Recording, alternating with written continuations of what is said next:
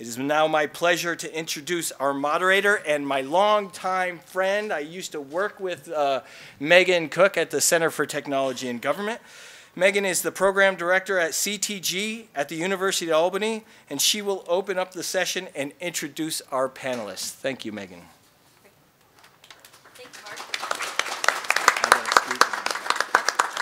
Thank you, Mark. So we have a big room here because we have a very interesting topic. Mark also said this would be somewhat fun. I can't promise that for Lisa, but it might be fun for the rest of us. So a question actually two questions, and it's really hard to raise your hand, and I want everybody to raise their hand if you think that this pertains to you. Has anyone used the Suffolk County attack in an ask for something that they want? Smart. Okay. Now put your hands down. Did you get what you wanted? Yes. What about, sort of? No, what, well then what'd you ask for? Okay, yeah, good one. That's a good one.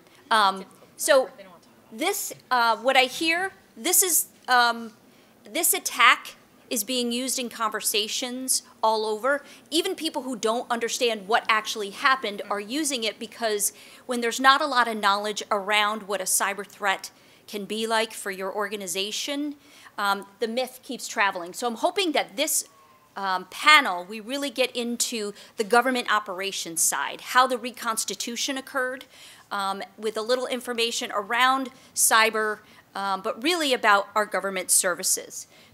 But first, so here are our panelists. I'm not going to go over their titles. They're all going to add greatly to our conversation. But I want to talk for 1 minute about the Center for Technology and Government. We are at the University at Albany. We're celebrating 30 years this year. And our focus is on policy management and technology and how that comes together. Cyber is just one part of a larger context of IT and government and digital transformation. And we do this by bringing university, industry, and government together in applied research problems. And that's where Mark and I met over 25 years ago.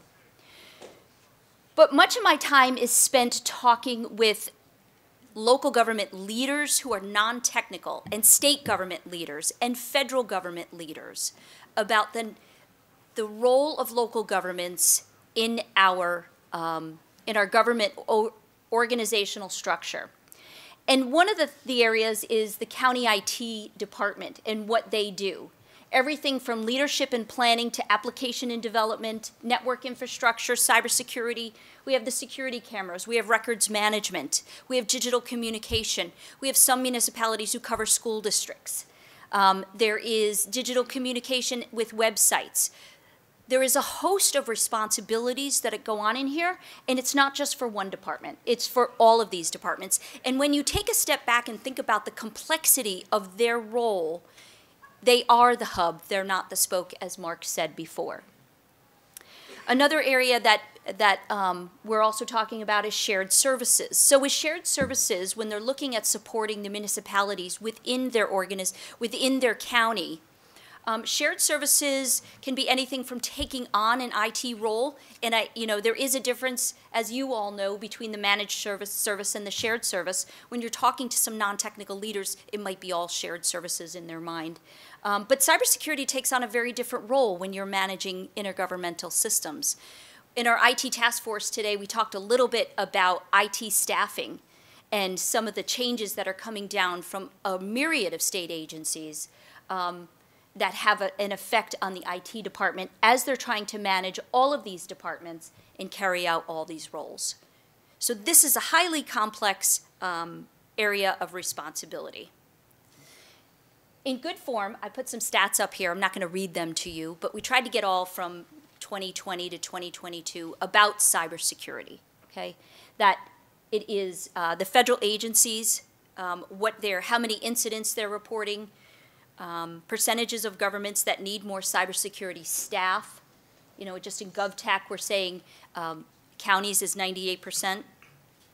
And this third bullet, I really enjoy, employment of information security analysts. So I don't know if anybody's got kids in college. When I saw that, I said, I don't care that you're studying music. Okay? I think a side hustle in information security is the way to go. So just the average cost of these breaches, and I know that what is reported isn't always necessarily what is, okay?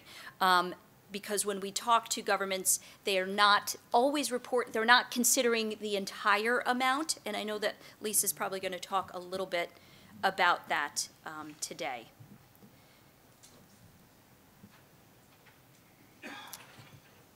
So back in 2021, we worked with the Association of Counties and NICOM and AOT to come together to put together a cybersecurity primer for local government leaders. And it really was to take all the resources out there.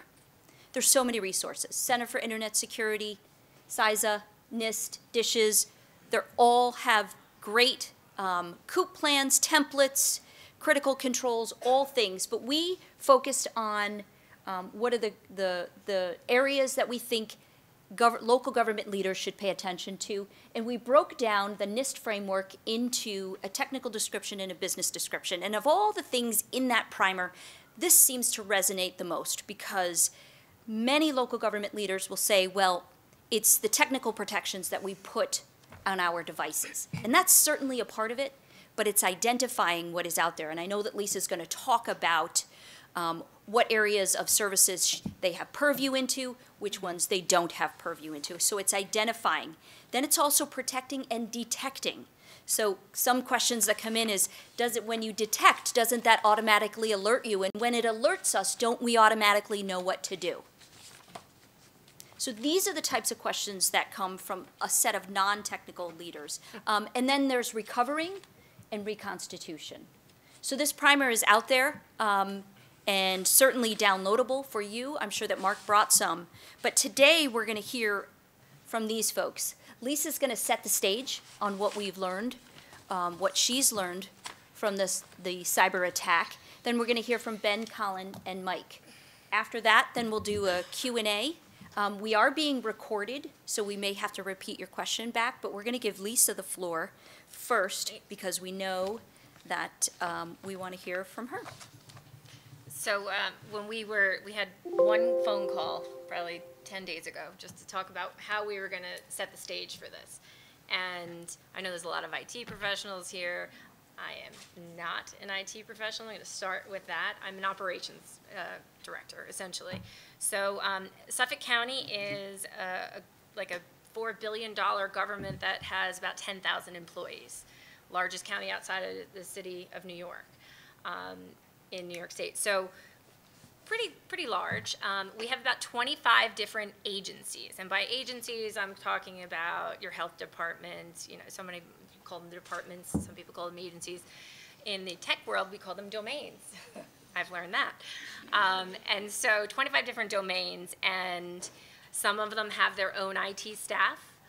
Some of them, departments, are other elected officials that were independently elected by voters.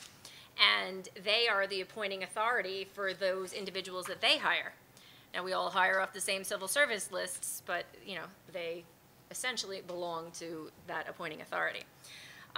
So in Suffolk County, we have 3 different silos, which I frankly didn't even know at the time. I thought we had 2. So we have 3 different silos, right? It takes a cyber incident for us to unearth all of this. But we have 3 different silos. Essentially, we have those that we do it, right, as the primary. It's just like the state's ITS, right? Do it has primary responsibility and visibility into a certain amount of systems.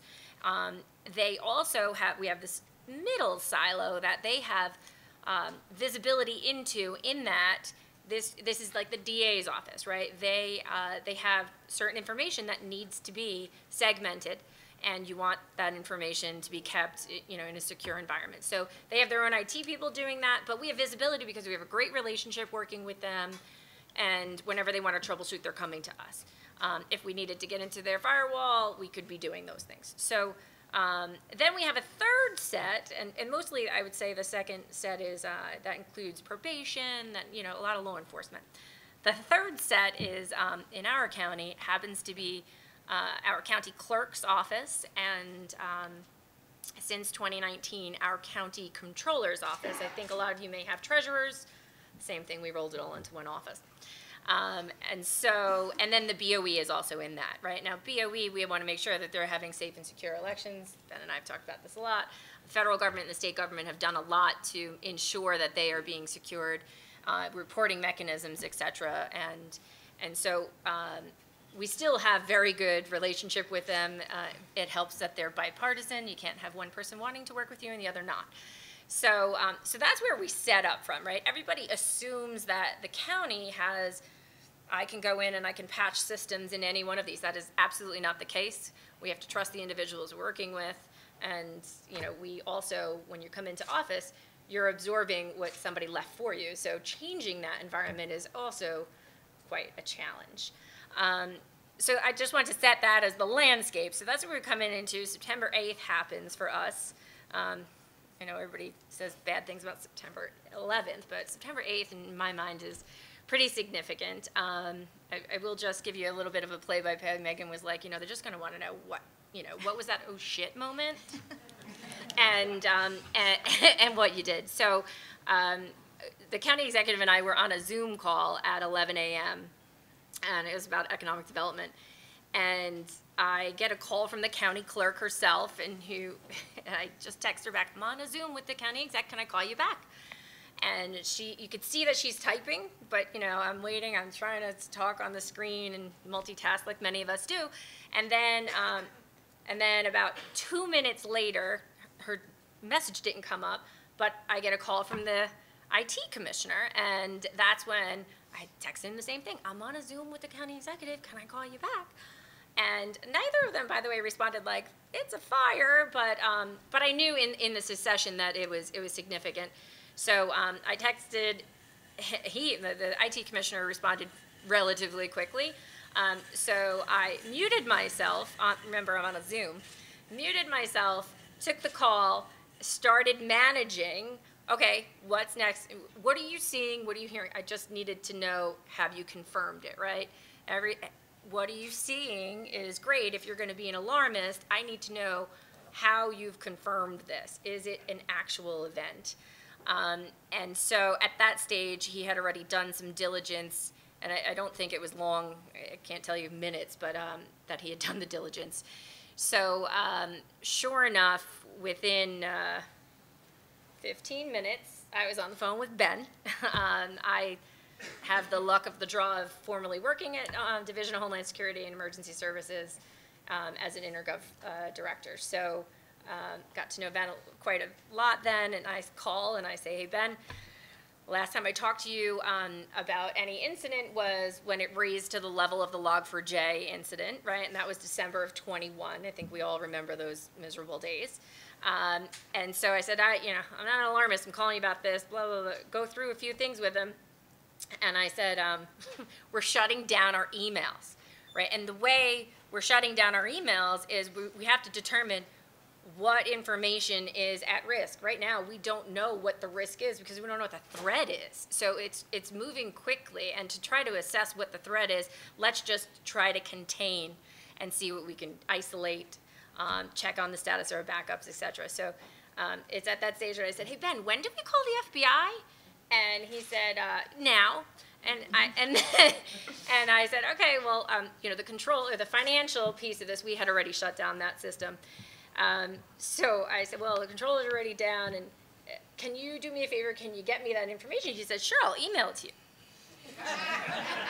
So I said, Ben, I ended up texting. Yeah, I said, Ben, I'm not going in. So I have, again, we have a lot of the same shared contacts. I would have gone into my email to check it, or my Outlook or something, and I just didn't want to touch my system. So I said, no, please stop emailing me. Just text me on my personal phone.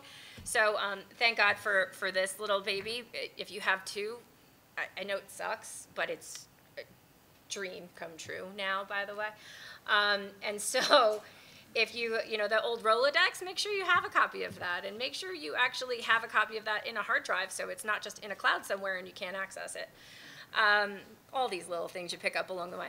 So at that stage, it was about an hour later, I'd already had a conversation with the special agent in charge of the FBI, and then we proceeded. And then, the IT office is across the street. I just left my office.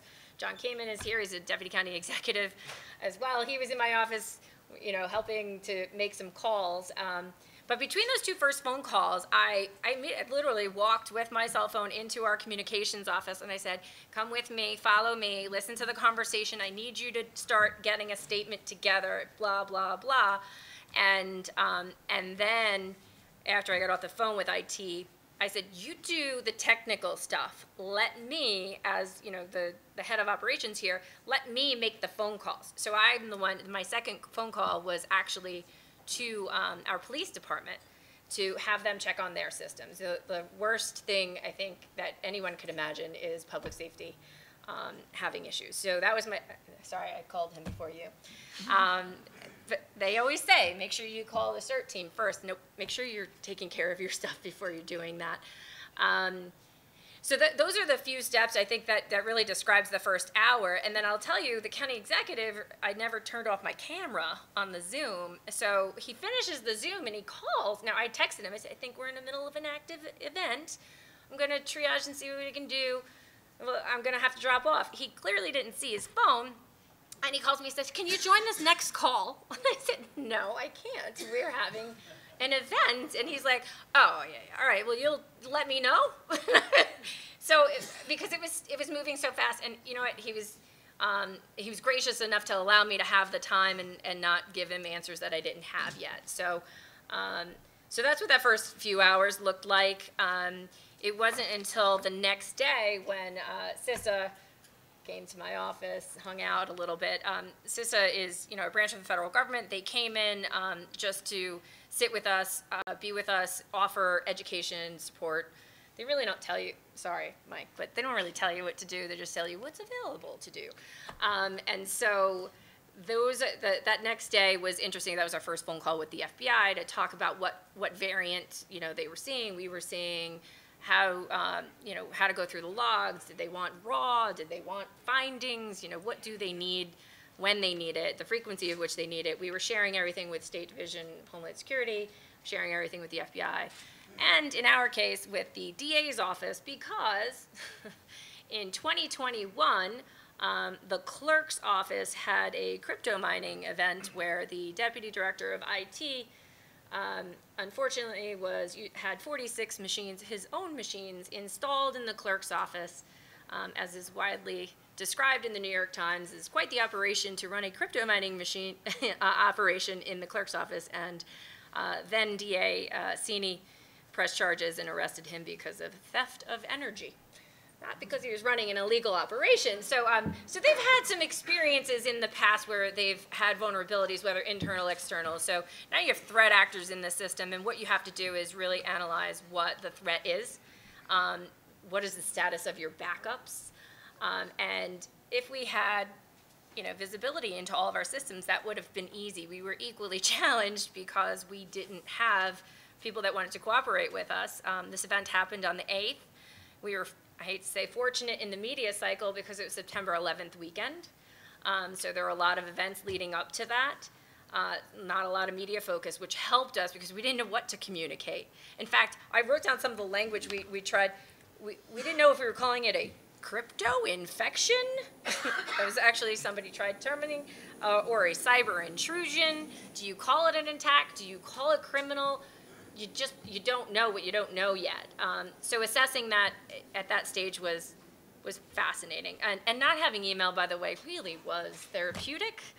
I didn't have email for 3 months, and I told everybody I'd be the last one to use it, because frankly, you can communicate with me. I need the people who are actually doing the real work to be able to communicate with each other. And I just really didn't want it back. Still don't, but anyhow. Lisa, can I? Yep. No, go ahead. No. So I said I wouldn't do this, but so when your team was figuring things out, what was happening in the departments? So that was interesting. So I have 4 deputy county, given our size, I have 4 deputy county executives. We each have like 2 or 5, whatever it is, agencies that report up to us. So I brought the deputies in and I called them and I said, we need to communicate to all of our departments that we're going to start rolling down service. And they don't know what that means. So basically said, we're having connectivity issues. You're going to lose your email. We're doing this intentionally. That's it. And they were just like, oh, what do we do? And I, had very direct conversations on, DSS. How am I going to communicate with the shelter operators? They said, well, don't you know their phone number? So these are relatively easy things to do that most people they're not used to emergency management or having to deal with an operation and attacking it in a different way. So, one of the best conversations I had was with our county controller. We had to obviously shut down all wire transfers, confirm with the banks nothing was taken. Fortunately, nothing was. And he was like, well, how am I going to pay bills? I said, there's a thing called a checkbook. It's been a long time since you had to physically write checks.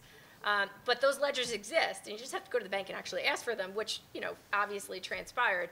But it was a moment that everybody just thought that we'd be able to turn it back on. And I think because cyber is not like a regular emergency. You all know about snowstorms and floods. You can't see this. It's not tangible. So you're not really scared by it. And that's frightening to me because the amount of destruction it has the ability to do is overwhelming. So that night I finally had a phone call. We turned emails off first, and then we shut down the internet completely within a few hours. And remember, we have 10,000 employees trying to reach all these people who have their own IT people to tell them what to do. It was fun managing. And at the end of the day, we had a conversation with our commissioners, which I had every single night at the same time. I may have worked for Mayor Bloomberg during Sandy and Governor Cuomo, and they are very habit forming. And I gotten to the point where every day you're going to do this so that everybody's informed and can communicate with their employees.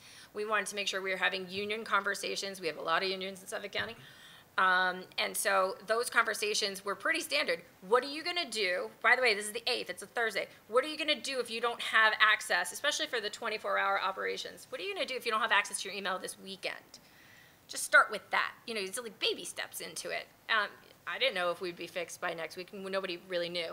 And so every day that would be like, okay, if you didn't have it for the rest of the week. And then I started giving them little assignments. They were almost like feeding them a little. Like, all right, why don't you tell me what your most public websites are, right?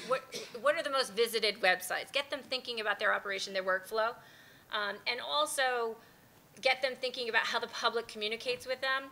We went down on a Thursday. We had emails for, I don't know how many, about 100, 200 people, whatever it was, on Tuesday the next week, and a landing page already available. So you know who you could call. You could still use a landline. They exist. Not everything has to be, VoIP through the internet. And fortunately, some of our governments still work on fax. I was surprised to find out how many state agencies still rely on fax. Teaching the millennials what a fax machine was a challenge. They were like, where is that? What is that? Is that the copier? Like, how does that work? So I think all of those challenges, and just from a public safety perspective, we have a lot of new young cops, and it was fascinating. Our CAD system, computer-aided dispatch, is basically you call 911, dispatcher takes the call, they see who's calling on the screen. It's caller ID.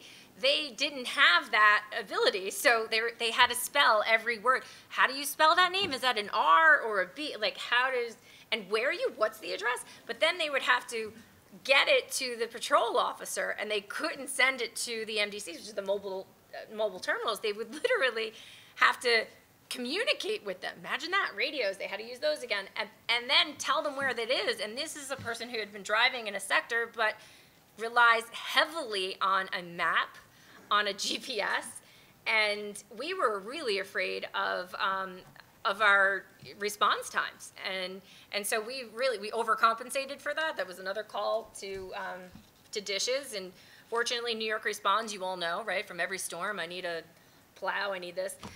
We put in that we needed emergency dispatchers to help us with the volume of calls, and I'll tell you why. We had calls that were on hold for more than 1 minute. And I know that sounds crazy to you. In our county, that is a life and death. Like, it is 911. There's something serious could happen there. More than 1 minute. So NYPD sent in some call takers for a week to help us get the CAD system to where it needed to be and make sure our response time was not diminished. So, Lisa, We're going to take 2 more minutes, then we're going to get to everyone else. I want to talk about, I just want you to talk a little bit about the reconstitution of services, okay? So you're skipping a little bit of the middle part where, you know, there was the incident response and you're figuring out what's going on. But now you open this up by saying 3 silos. Correct. So now you've got to work to get into where you don't have, you said visibility and purview. Correct. So you have full visibility for purview, visibility, no purview, no visibility, no purview. So what's going on in that area to get So the things first up? one's easy, right? We're controlling it, we're managing it. The second one was a little bit more of an education. This is why we need to do it, and everybody was. I think you take advantage of the crisis. You take advantage of an opportunity, and they were receptive. They wanted their systems back online. So we created a checklist, right? The incident response team was like, you need to do this to your AD. You need to do this. All these terms that most of us don't know, and honestly, we'll never know again. But you have to do a checklist. Has your system been scanned? Has all of your endpoints? That means your desktops and your computers, laptops. So we did that in the second silo. The third silo, by the way, BOE was fantastic to work with. Remember, this is right before the election, right? You have military ballots due. They're emailing them in. You know, that was fun. We went off without a hitch. Our results were a little delayed, and the reason is because we're a county about 90 or 100 miles long. It's Long Island. And so driving the results back took time, and people aren't used to that because what we had previously done is we had these satellite trucks. We just drop a jump drive in, load the results, they'd get them electronically. We were prohibited from doing that. We put on so many protections that we had to make the drive. And so when Nassau County beats you in getting results in, you know, you're failing. A little competitive. No rivalry there. A little competitive. But then there was the clerk and the controller. I can tell you on what month am I in? September 8th this happened. I think it was the Tuesday or so after. It was like the 12th or 13th. We had a meeting with all of the countywide elected officials, right? Communicating with them is it's always fun. This one was even more fun because they were telling us that we're just, 2 of them are managed by the same IT director. And they said, we're turning on by the end of the week. And we were like, oh, no, you're not. No, let us try to explain. Fortunately, the DA had worked previously in the U.S. Attorney's Office and had some experience with cybercrime. So he really did speak to the gravity of the situation. And I think that helped.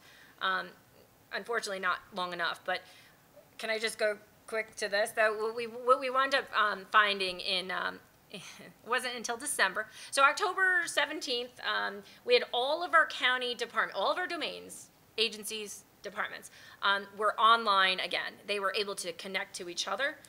When we restored them, we isolated them, let them kind of work systems out, and then before we connected them to each other. So that's, you isolate, you connect, you isolate, connect, nothing's blowing up, this is great, this is good. So we were all connected, but one domain, well, 2 domains, the clerk's office. So we had already determined that we needed to get access into that system. We don't have credentials to get into their firewall, for example. We never saw their logs. And our incident response team and forensics team did look at the forensic footprints, right? What happened in a digital way? Those things cannot be deleted. You could see if something was deleted, actually. So it goes all the way back to December of 21 when you and I first spoke about Log4j. Log4j was never patched, and they went in through a Log4j vulnerability in one of the Horizon environments. So, you know, we had, I think, 76 meetings on Log4j. They were at every one of them. They just decided not to patch it. We had no ability to tell them to, or require them, or demand them, or it just didn't happen. But they started, fascinating, they started their Bitcoining. You think they would have known a little something about Bitcoining, given their former deputy director was arrested for that in their office. So they started Bitcoining, then they harvested credentials, and they were there for 8 months, just playing around in their system, seeing what else they could steal. And they hit the mother lode in July, I think it was, when they have, does anybody know what an iron key is? All the tech guys are ready, yes. All right, Iron Key is basically where you store your passwords. So it's external, you plug it in and you're like, you know, is it right to explain it like it's your electronic passwords? Sure. All right, well, it's external. It's like, nobody's supposed to have your credentials or your passwords. They put it on the computer and downloaded it on the computer. And so the bad guys came and were like, look at this. There's a folder called Iron Key. And in the folder called Iron Key, there's a file called TM Passwords. And that was just Christmas Day for them. They moved pretty quickly. Soon after that, they made, you know, the highest credentials around. They got into everybody's system.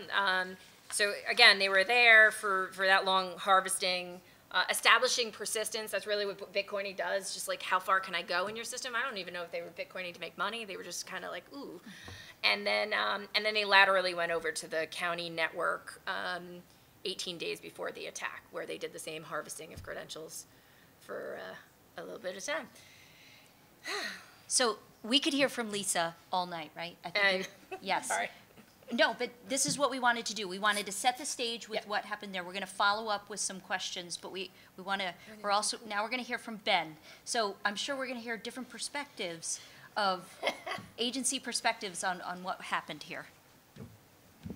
So the Log4j part of this is actually interesting, and I don't know that Lisa and I have had this part of the conversation before. So when the Log4j vulnerability was disclosed, we at Dishes did a stand-up call for all the counties and a lot of towns, a lot of local governments, to try to educate them as to what the risk was, and focusing specifically on their IT offices. Okay. Focusing specifically, that good? Yep. There we go. On their IT offices, and just trying to get as much information out about it as we could, as quickly as we could. Here's the thing. We don't know what we don't know. There are thousands of local governments in New York State and local entities. This is a perfect example of what happens when we don't know what we don't know. And if you're not connecting all the potential stakeholders in your county to that information after we disclose it, or letting us know that there are other people that we need to reach out to, folks are going to get missed. And I kind of want to stress that point, right? Because I don't think until right now I fully appreciate it. This goes back to the inability to get that Log4j information into the hands of somebody who needed it. Oh, no, they had it. They just ignored it. They didn't do anything with it. I'm going to minimize my shade throwing. Yeah, I don't have to. So now we'll fast forward to when Lisa calls me. And I mean, candidly, at that point, they're shutting stuff down because ransomware has been detonated in their system, and it is impolite for me to just say you're screwed and, like, step away at that point. So No, you were ready to email me. Yeah, I was ready to email you. The point was, at that juncture, right, sure, we will reach out to your team if they have the bandwidth to have a conversation with us about what they should be doing. But the likelihood is, at that point, the house is on fire. So in a minute, I'm going to talk about all the things that we can do before then. But what I want to focus on now is what we're going to do in the background if an event like this occurs. So I called the FBI immediately and gave them a heads up. And the way the FBI is structured with these types of, with malware in particular, is that a specific office in the country is going to handle all the investigations related to that malware. So in this case, it was black hat malware, which is being handled by the FBI office. If you call me, Miami, sorry, the Miami office. If you call us, we're going to reach out to our contacts in either the Albany field office, the Buffalo field office, the New York City office, and lean on them to try to find whoever the subject matter expert is at the FBI, so that you're not just talking to, you know, somebody in a suit that you're never going to get to meet. We want to get you the right person. And one of the things that we're here to do is maintain those contacts so that we can get you to the right person. As soon as I hung up that call, I got in touch with CISA to identify what resources they have on the ground. Now, it turns out that the guy who kind of runs CISA's New York office also lives in Suffolk County, so he had a vested interest in this. But the point is, like, we've got great working relationships, right? And again, we're going to leverage those for you to find out what federal resources are available and how they can help you out. Lisa also mentioned a bunch of state issues they had, State Board of Elections. You're going to have school districts, SED issues. You may have DOH regulatory issues. You might have Department of Financial Services regulatory issues, or entities that are calling them when your system goes down because they're having problems, right? The inability to track transfer of titles affects insurance, and somebody's going to go nuts out there. And try to help get you in touch with the right folks and coordinate that while your IT teams are dealing with, the fire that's currently going. That having been said, we are prepared to deploy and get on the ground and help you with the incident response. But the problem is, with a lot of ransomware, there's not a whole lot that we're going to be able to do with sort of the collective limited resources that we all have. And Colin's going to talk in a minute about both how we kind of try to leverage more resources in the Suffolk County incident, and what we're doing on a holistic level with the Joint Security Operations Center to try to head this stuff off at the pass. But in this particular case, it was really identifying the real world things that we needed to get back on order, right? IT exists to help us perform day-to-day functions. It doesn't exist for its own purpose. And so the real question is, what's the no-kidding stuff we need to get done? And in that case, it was a matter of making sure that we had the Office of Emergency and Interoperable Communications on the ground with their hardware to help facilitate emergency communications. It was polling the entire state to identify IT hardware that we could bring in to supplement some of the needs that they had, right? Like, our partners at ITS did a great job of finding computers that we could put on loan to Suffolk so that we could get things up and running again. I don't know if they were ever tagged to get back, but. And if anybody's wondering, there are a bunch of snow blowers and chainsaws sitting in Suffolk County right now that probably have a Dishes insignia on them. I wasn't there. There might be a snow plow here or there. Working with New York City to get folks out to Suffolk who could start answering 911 calls, right? These are the real world effects that we need to be prepared to address quickly. So although my team that is most responsive to this is a cyber incident response team, ultimately, when the ransomware is detonated, it's going to be everybody else that we need to get moving quickly to start addressing those real world consequences.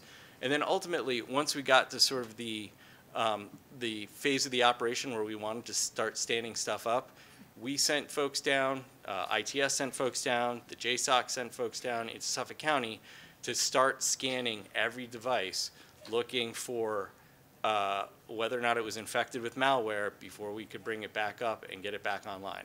This was a huge undertaking. So what I would like to stress is that in the future, we try to avoid this from occurring. And there are a few things that we're doing, and in a minute, Colin's going to talk about the JSOC, but just simple things like risk assessments, which DISHs will provide to your county for free. Doing tabletop exercises, which Suffolk did in advance, and I think really helped, right? Oh, Again, at no cost to you guys, we'll do a tabletop exercise with you so you can work through how you're going to handle one of these cyber incidents. Everything from what language do we want to use? Does our PIO know what to talk about? Does our contracting team know what they need to have drafted and on a shelf ready to go? Does our county executive know, when he or she should get in front of a camera and what they should say? And how are we communicating when our networks go offline? Use that to start building out CoOP plans. And I think that's pivotal, right? The big takeaway for us in this particular instance was you've got to know in advance what you're going to do to get things back up and running. And I think in this case, very quickly, Suffolk, in no small part, probably because of the tabletop exercise they had done, had a sense of what they needed to do to start moving quickly. How am I doing on time? We're all late. Yeah, we're late. Yeah. I'll hand it over to Colin. He's more interesting than I am. Yeah, sure, I don't know about that.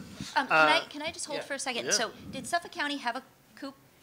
So Suffolk County, by law, we're all required to have a county emergency plan, right? Yep. The CEMP, Countywide Emergency Management Plan. We have COOPs in every single domain, department, or agency.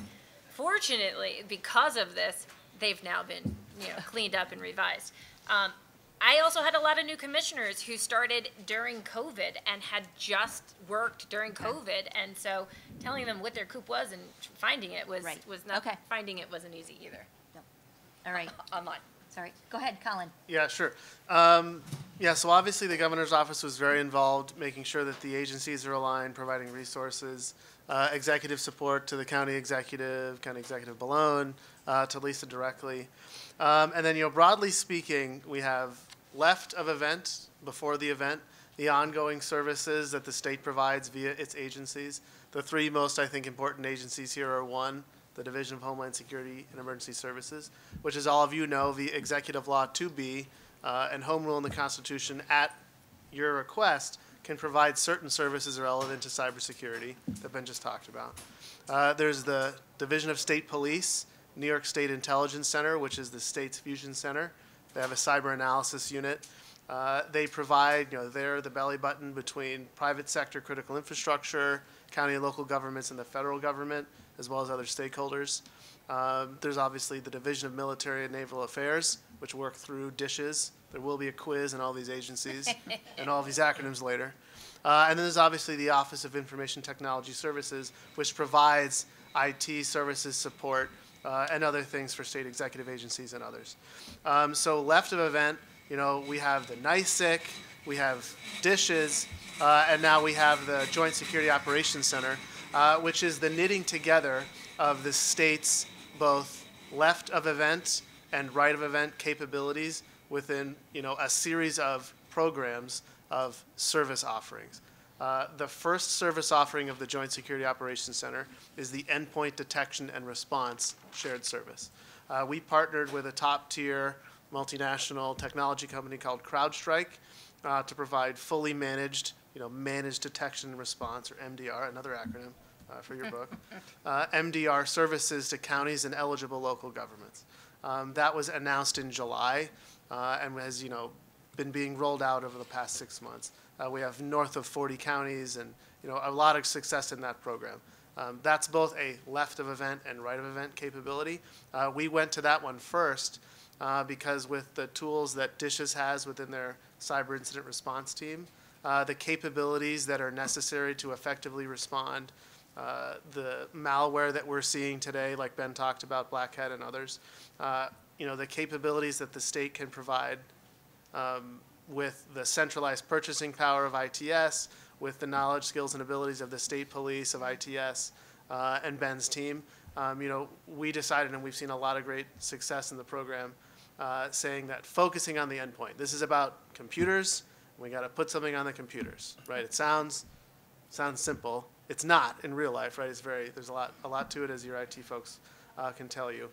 And so, when we're talking about the event itself, there's three things that, as an executive, we're thinking about. One is containment. We need to stop the bleeding. Do we have an event? What's going on? Right? We need to contain the event. We got to understand it. We got to contain it. And the DISHES and the state police and others are well versed in the national incident management systems and the ICS, incident command system. And I would stress kind of throughout this process, DISHES and others, and actually Lisa, because of her previous experience, very well versed in NIMS and ICS is a broad topic, very focused on assigning roles like who's the ops lead, who's the incident commander, who's communicating, who's doing logistics, and staying focused on the basics. And as Ben said, once we're at event, we're talking about consequence management. What are the computers doing? Who are they providing services to? And so focusing on essential life safety services, focusing on, obviously there's a huge communicate function here, not just communication internally across your agencies, but north, to your electorate, south to your staff members. So thinking about kind of the 3 C's: contain the event, manage the consequences, and communicate to your stakeholders. And those are the 3 things that you're going to be doing, from sun up to sundown until the event is over. And those are the 3 things that, kind of broadly speaking, we focus on as a state to manage events like this. I would say also, when we talk about risk management, there are systems where it's okay if they're down for a week. That's painful, but it's not catastrophic. So determining for yourself not what are the computers that are essential, but what are the services that are essential. And as you heard Lisa talk about, so dispatch does what? They get essential life safety and public safety services to residents, visitors, and businesses in the county, right? So focusing on that outcome and then working left from outcome to system, I think is essential here. And one thing that the dishes team with the tabletop exercise team, which is very good, and other other elements from the, we have huge advantages in New York State, I think. The Center for Internet Security, which is right down the road, has an absolutely phenomenal set of practices called the CIS Top 18 controls, which actually form the basis of the statewide cyber incident response team assessment program. So these are, big advantages that we have here in New York State. I'd also say when we talk about, the frequency of these events, by having multi-factor authentication, if you take part in the JSOC's EDR shared service program, these can help manage the frequency, but these are not on-off switches, right? The bad guys, there's a person behind the keyboard on the other side of the world. So bad days are going to happen, right? This is, I think, why I think it's important that Ben and his counterterrorism experience, we don't believe that every single event is inevitable, but we do believe that bad days are going to happen. And so managing the frequency of these events is something where it's never going to be zero, right? So don't disabuse yourself. No, please, yeah. So, a really important point I want to make here is we are averaging 1 incident a week right now, slightly more than 1 incident that we're responding to a week. Not all of those, clearly, are to the level of Suffolk County, right? A lot of them, however, are indicators that somebody's in the system and could turn that ultimately into a Suffolk County-like event. So I just want to use this as an opportunity to stress, call, right? If something looks suspicious, call. If it's a weird email, let us know. We'll look at all of it, right? I think the best value that we can provide to your counties or your local government is when you call us early and let us take a look at it. I mean, one of the issues I think every government is facing is that it's really hard to hire enough cybersecurity professionals right now to do all the work you need to do. That's one of the reasons we built this team, was because we know how hard it is to do that. So I've got, 6 guys who are prepared to help service every county out there, every local government out there if necessary. So they can do some of that work for you and head these types of things off at the pass. Yeah, and I think one of the things we're looking and we're excited, we're working with the legislator right now on the executive budget and making that the enacted budget, expanding the size of Ben's team, adding an industrial control system cyber assessment team, doubling the size of the cyber analysis unit at the state police, expanding the Internet Crimes Against Children Center, and other kind of related, the cyber crimes unit as well on the law enforcement side.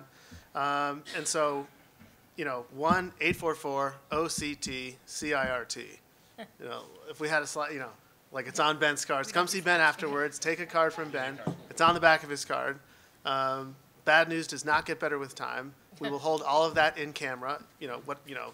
This is government to government activity, right? And so, yeah, this is very real. But bad days, they are going to happen. But they don't all turn into bad weeks, and not all bad weeks turn into bad months. Although that happens, right? But when it does happen, the state is here to help.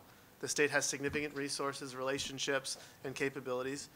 And then in terms of the magnitude of these events, like Ben said, I'm personally seeing, I've been in cyber since before it was cyber. These events are getting more significant, both in how often they occur, significant because of the kinds of things we're doing with computers as a society, and the duration. We're seeing some events have a very long duration because of the complexity of these environments, because of legacy systems, and only Bob or Sally from IT knows how this one thing works, and they're on vacation or whatever it is, right? The frequency, magnitude, and duration of these events, of some events, we are seeing that be pretty extended. Just Colin, a couple. Colin, Yeah, can I please. ask you Yeah. you a question? It's a question I haven't told you I'm going to ask. Okay. So. All right. Okay. Let's do it. So in this situation, when you have state agencies coming in to work with a county who is in a crisis, you have roles and responsibilities set forth within the county. Can you talk a little bit about how that works between state and local? Because I can't imagine it goes smooth all the time. Sometimes there has to be someone saying, we're going to do it this way, no, we're going to do it this way. Can you talk a little bit about how that works between state and local when you're in a crisis? Yeah, so I would say broadly speaking, there's a couple of things to think about. There's left of event, blue ocean stuff. There's like, if you don't want a tabletop exercise to happen, the state's not going to come in and make you do a tabletop exercise, right? If you've declared via the state executive law 2B, your county executive, you've a local emergency, then you have additional authorities as a county executive or as a local government to procurement laws and consequence management activities. And the state also, at your request, has certain capabilities. If things reach a certain magnitude or has been indicated, if they encroach upon or are adjacent to certain activities or sectors that are protected critical infrastructure sectors in the state, like finance or health or transportation or chemicals or what have you, there can be additional regulatory actions. But this is not a gotcha. This is not like something that you wouldn't know about in advance. It would be like, there's the general business law that says if resident data or citizen data goes out the door, you have X days to do Y, right? And so these are the kinds of things that in a tabletop exercise we can help your team explore. Your general counsels or county legal representatives can educate you on, and certainly the state has a perspective on that. If there is another element of this. The state doesn't want to be connected to you if you have a virus, right? They're just like, you have malware, I don't want to connect either. So they're disconnecting.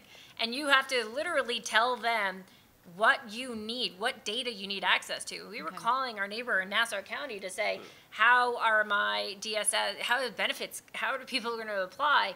Is there a system that we can use in proximity? Does anybody else use this vendor in a town? Like, this is where your shared services really comes into play. And the state was phenomenal on almost every occasion with reconstituting those abilities. And fortunately, look, I'm glad that they all did it in one. DSS had a different way than BOE, but those are because they're governed by a different set of laws and regulations too. So I understand why it happens. I feel like if we do a little bit of a write-up of the overview of the incident and what containment and remediation measures have been taken, can't the state just share that with each other? And it's got to go to everyone. But there is that piece. You're going to be like, what do you mean? Why can't I get access to that database? And you can't blame them. Right. Okay. Yeah, so the state, obviously our interest and our responsibility is to make sure that event in County A doesn't impugn or impair the state's ability to provide services in County B. So that's a risk management activity that, the commissioners at the relative state agencies and the ITS service provider will do. But broadly speaking, the state, adheres to NIMS. And all the activities are coordinated through the Office of Emergency Management. So if you need, like Ben said, we don't want to bury the lead.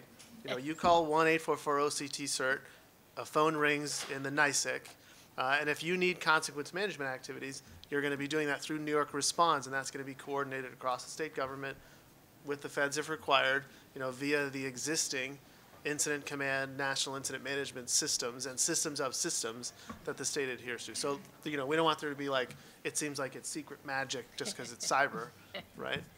Though there is some secrets and it can seem like magic, certainly from a consequence management and a request perspective, it's those same systems that I think you're familiar with that are important to emphasize.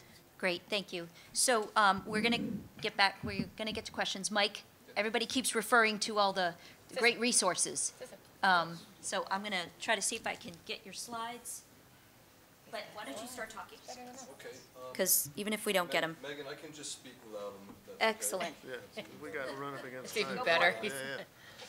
Lots of great information out there, and this is really what it's about: is us getting together in a room, talking about what our peers and our friends have experienced, and what have they done in these incidents.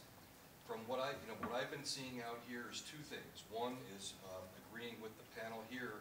The number of incidents has just gone up dramatically.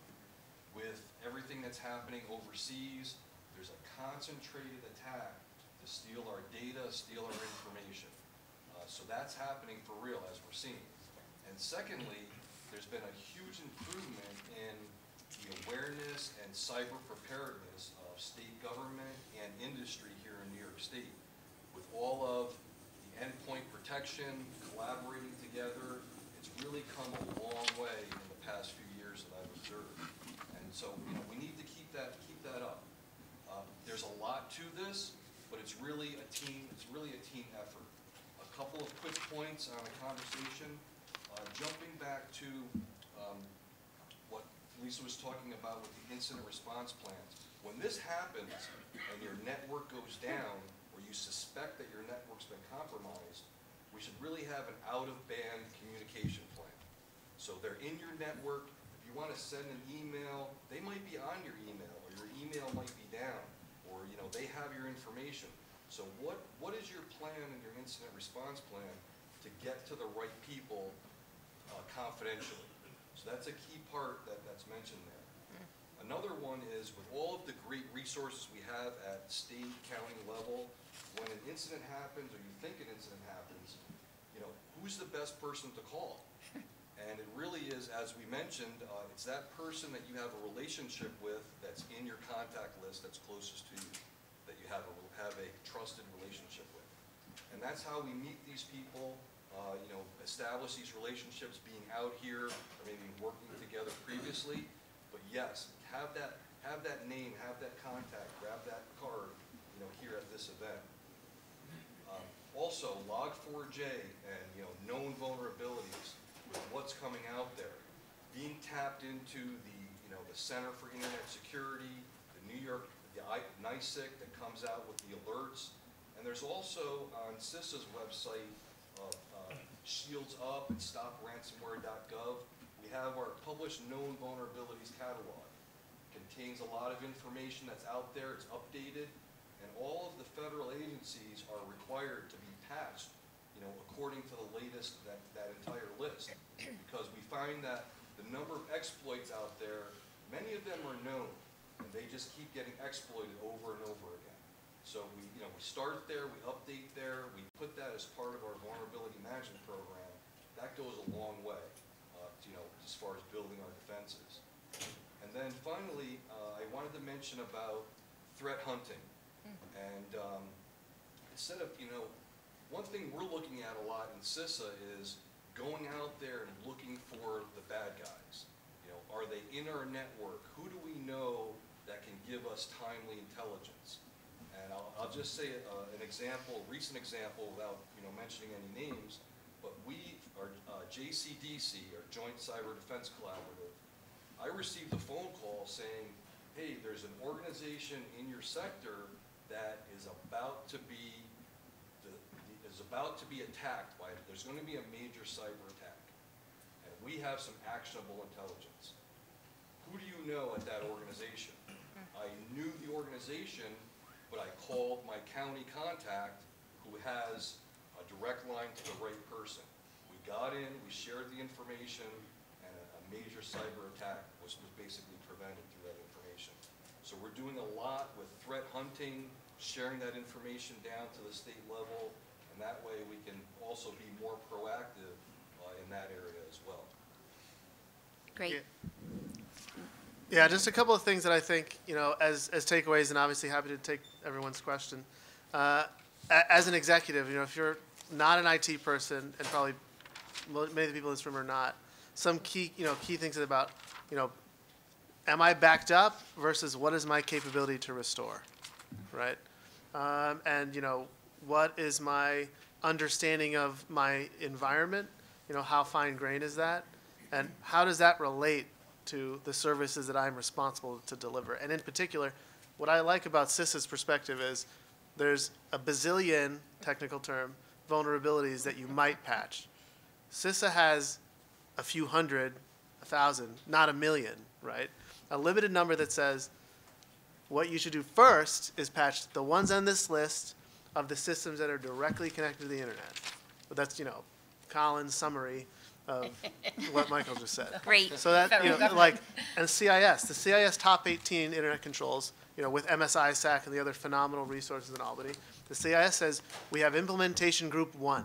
You have the top 18, and then they have start here, right? They have implement. So there's a lot of great, it seems like like I'm in the giant ocean and like where even do I start swimming, right? And so we would say this, there's known vulnerabilities, CISA, and there's the CIS Top 18, Implementation Group 1, and you have resources at the state that, these are the perspectives we can bring, we can help you, we can assess, we can tabletop, but this is not, these are the kinds of perspectives that the state agencies bring, and I think that's important. Yeah, I mean, the risk assessment that he just mentioned that we do, we'll spend time with your team, we'll provide a PCI protected report, it's not discoverable. We're going to rank order all of your risks so that you can start buying down your risk over time, because we know how difficult it can be to figure that out yourself. And you can't all do it at the same time anyway. You can't, right? So we're going to identify here are your top risks. When you take care of those, then move down to the next level. And, over time, come back in 3 years and see us. We'll do this again. We'll see where things stand, right? So, our goal is to help you. We always, number one goal, don't be Lisa. Yeah, but if you are, no, but if you are, He also stole my office in Manhattan, so that's the kind of guy. but if you are, we will be there with you. I think me and Lisa, every single day we talked. Me and Lisa, or me and County Executive Balone, and Jackie, other elements. We probably talked every single day for 6 months. And so you missed her. 6 months. You missed her very much, right? Is that what you're doing? Right. But the state, there's left of boom, we have a lot of resources. Right Prepare. of boom, we will absolutely help you manage these consequences. We have a lot of resources. The state dishes us a lot of expertise. So we knew this was going to run a little long. So if you have a question, don't worry about it. We are going to get there. I think we're going to move to questions now. Sir, yes. I might have to repeat it just so we can get it. You'll hear me. Okay. Can the counties ask dishes to conduct a hacking exercises on my system? So part of our risk assessment program has what we call an edge assessment, which is a combination of internal scanning and what I will describe, and what my lawyers would have a heart attack if I described it as such, as sort of very light penetration testing to see if we can get in externally. We don't do red teams yet internally, although that's a discussion that we're having. But we will do internal scanning for you, which should uncover misconfigurations, vulnerabilities, out-of-date hardware and software. And that's all of what goes into that rank ordering of risks that I mentioned before. Great. Okay. Yes. Paul. 2 questions. One, did you have an incident response plan and did you follow it? Okay. Hold on. I have to repeat this. Did you have an incident response plan and did you follow it? Only because we're recording. And the second is 2, did you activate your EOC? activate EOC. So what we wound up doing, I'll just take the first, the EOC, we actually brought our mobile command center to IT, and we had them sit, our head of OEM, sit with who is now the incident commander. He didn't know he was the incident commander, the IT commissioner, right? Teaching them what an ICS structure was. IT generally doesn't know what an ICS structure was, so that's how we operated our EOC. We did a sit rep every single day.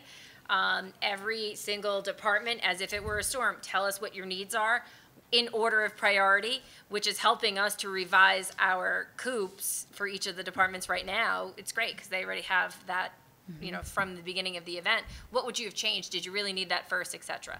And then an incident response plan, we could do what we could do, but you can have an incident response plan for the clerk's office where they were where the vector did the attacking. I still can't do anything in that environment until they are cooperating, which unfortunately they did not. So I know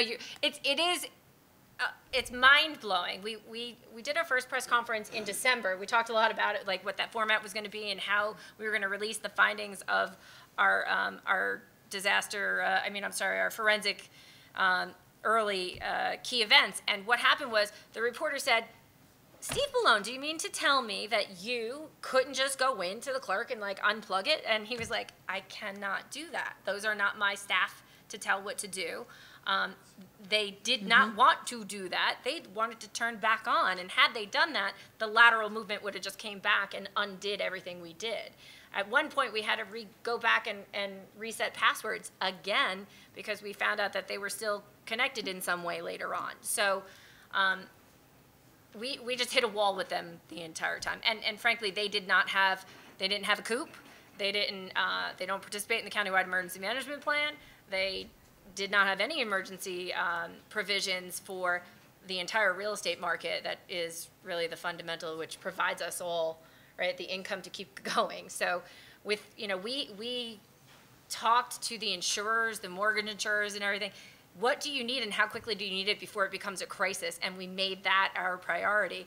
But restoring, land management system where you go and look up all the maps for title search, restoring that couldn't have been done without the efforts of the state, because that IT director was taking all of their old computers and like putting them up, and we were like, they haven't even been scanned. They're end of life. I mean, end of life by 10, 20 years. And so we called the state and said, can you send us some computers just so that we can get this online and get it started? And fortunately, the governor of the state of New York was a county clerk, so understands the importance of the real estate market to your economy. Because we all, and if you guys have studied this, you look at Baltimore, everything I'd read about it was that their financial industry just took a dump because of what happened in the real estate industry, and they couldn't get back online. I mean, they basically closed the doors at the office too. I mean, we were still providing services, so that's part of your incident response. You provide the service. How do you do that like you did in 1990? How do you record a mortgage like you did in 1990? People, yes, they have to drive to you now to do that, but everything was still accessible on site thanks to the technology help and assistance from the state. Yeah. So I would say this whole area of no purview, no visibility, no purview is, so even with all the resources, everything that's you have at hand would still not have helped this problem unless that leadership took action in the same way that the county had, right? Because there is no purview and no visibility Correct. into that. Yeah. Correct. So it's getting to those people. Lauren? Great. Some of your previous answer, what you just said, it's day now forward. Some of the governmental organizational traits that cause no visibility, visibility, purview, no purview. Has this incident broken those walls down? And if not, what's being put in place to keep something like this from happening again in those areas where you don't have visibility? I think it's a great question, and I've talked to other states that are actually, like the state of Texas is doing this whole risk and compliance right now because they're seeing the same siloed events, right? You're all trying to come at it, and everybody wants autonomy. They want to be able to control their own stuff. But when you're talking about security, we have to just secure it. There are ways to provide security in your separate, segregated tenancies. And so it's the education to get there. They've had what they think is control of their stuff for so long, and it's the lack of controls and the lack of security that allowed it to be vulnerable.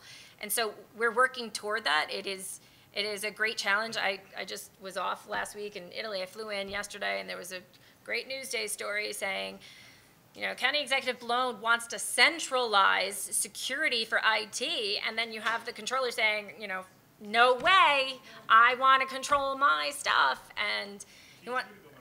Yeah, but it's going to be the largest challenge I think that we have. I mean, we're not, and in our county, we're not all of the same party as well. So there's the little p that comes part of it. So in essence, that challenge is always going to exist. The challenge is always going to exist, but I think you have to get to a point where you're following the federal mandates. How are we going to get,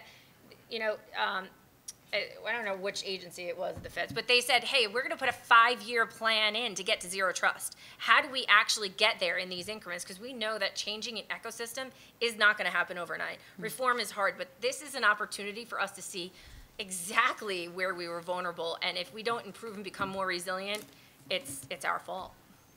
Great. Ben, I think you wanted to weigh in a little bit? No, I was going to see if you need to re-ask the question. Oh, okay. Sorry. Did we have the question? Sir, the one who pleaded the fifth before. Yes. Pleaded the fifth. To Colin and Ben, so we've got parallel paths going on that may or may not be in conflict, such as counties going pay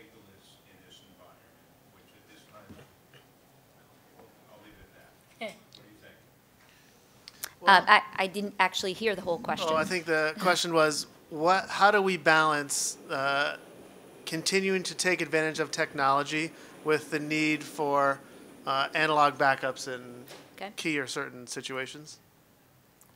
Close.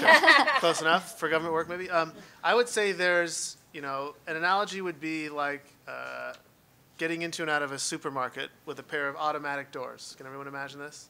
Let's imagine that our computers are more and more advanced. So securing our entrances and our exits to our imaginary supermarket means we, on the one hand, we want to have the best, fastest, computers and take more and more advantage of our key technology systems. Well, we want to balance the fact that occasionally those computers are not going to work for whatever reason, right?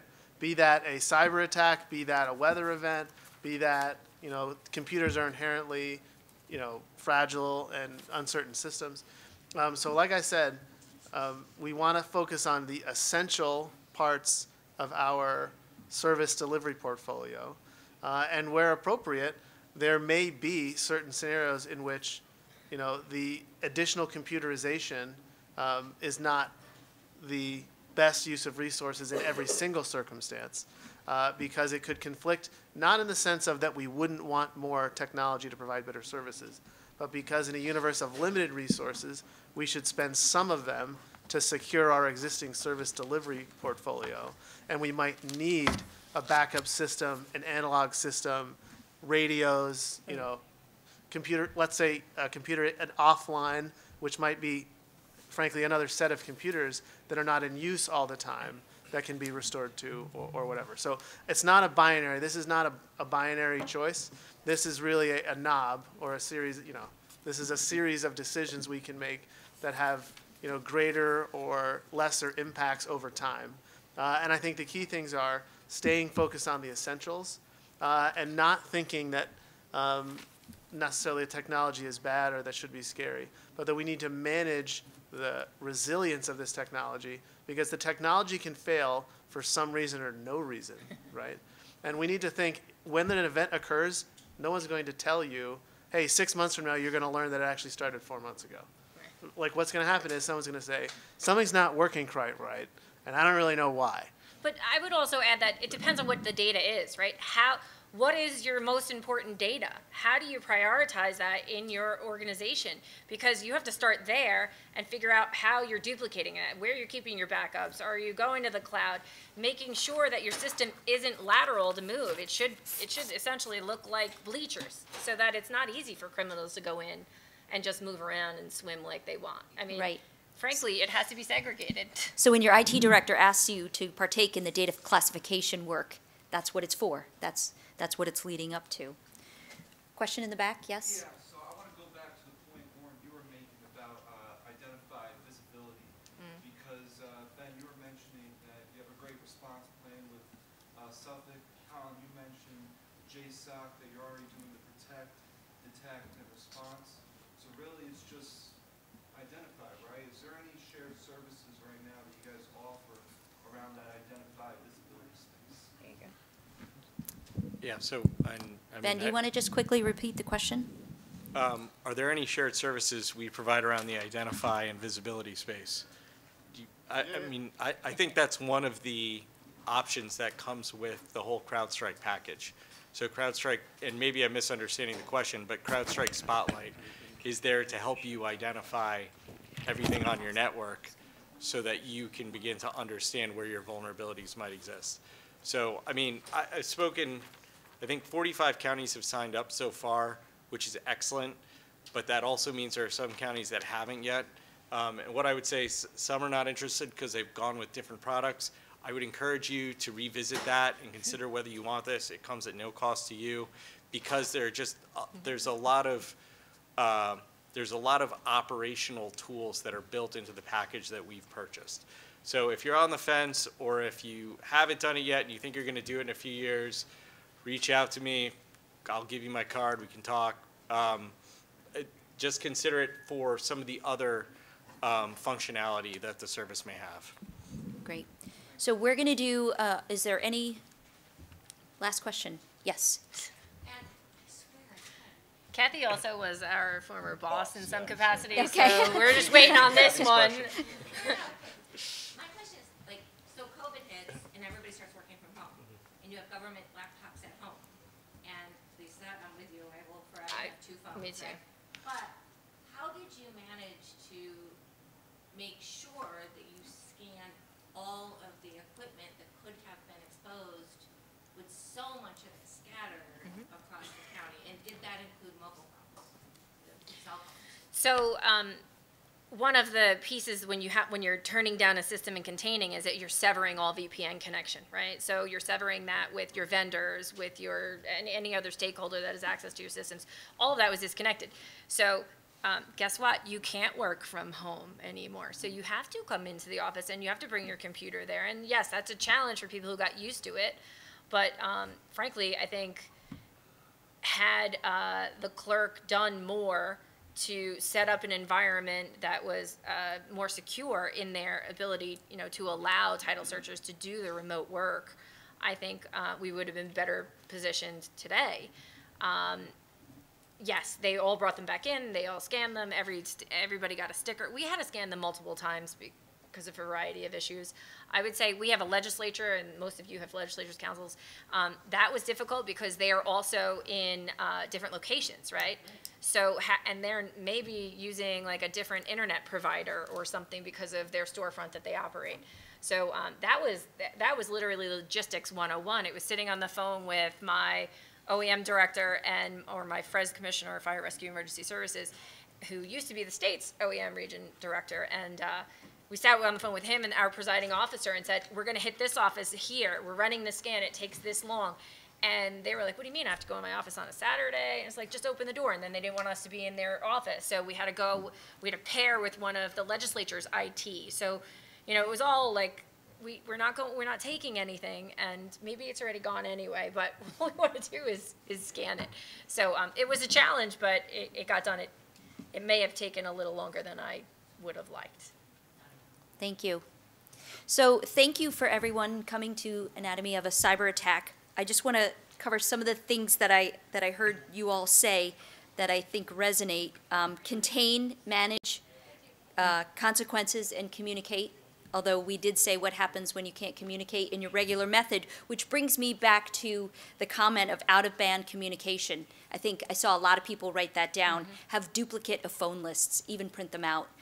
Those I heard you all say you wished you had right then. Some emergency management principles, using those.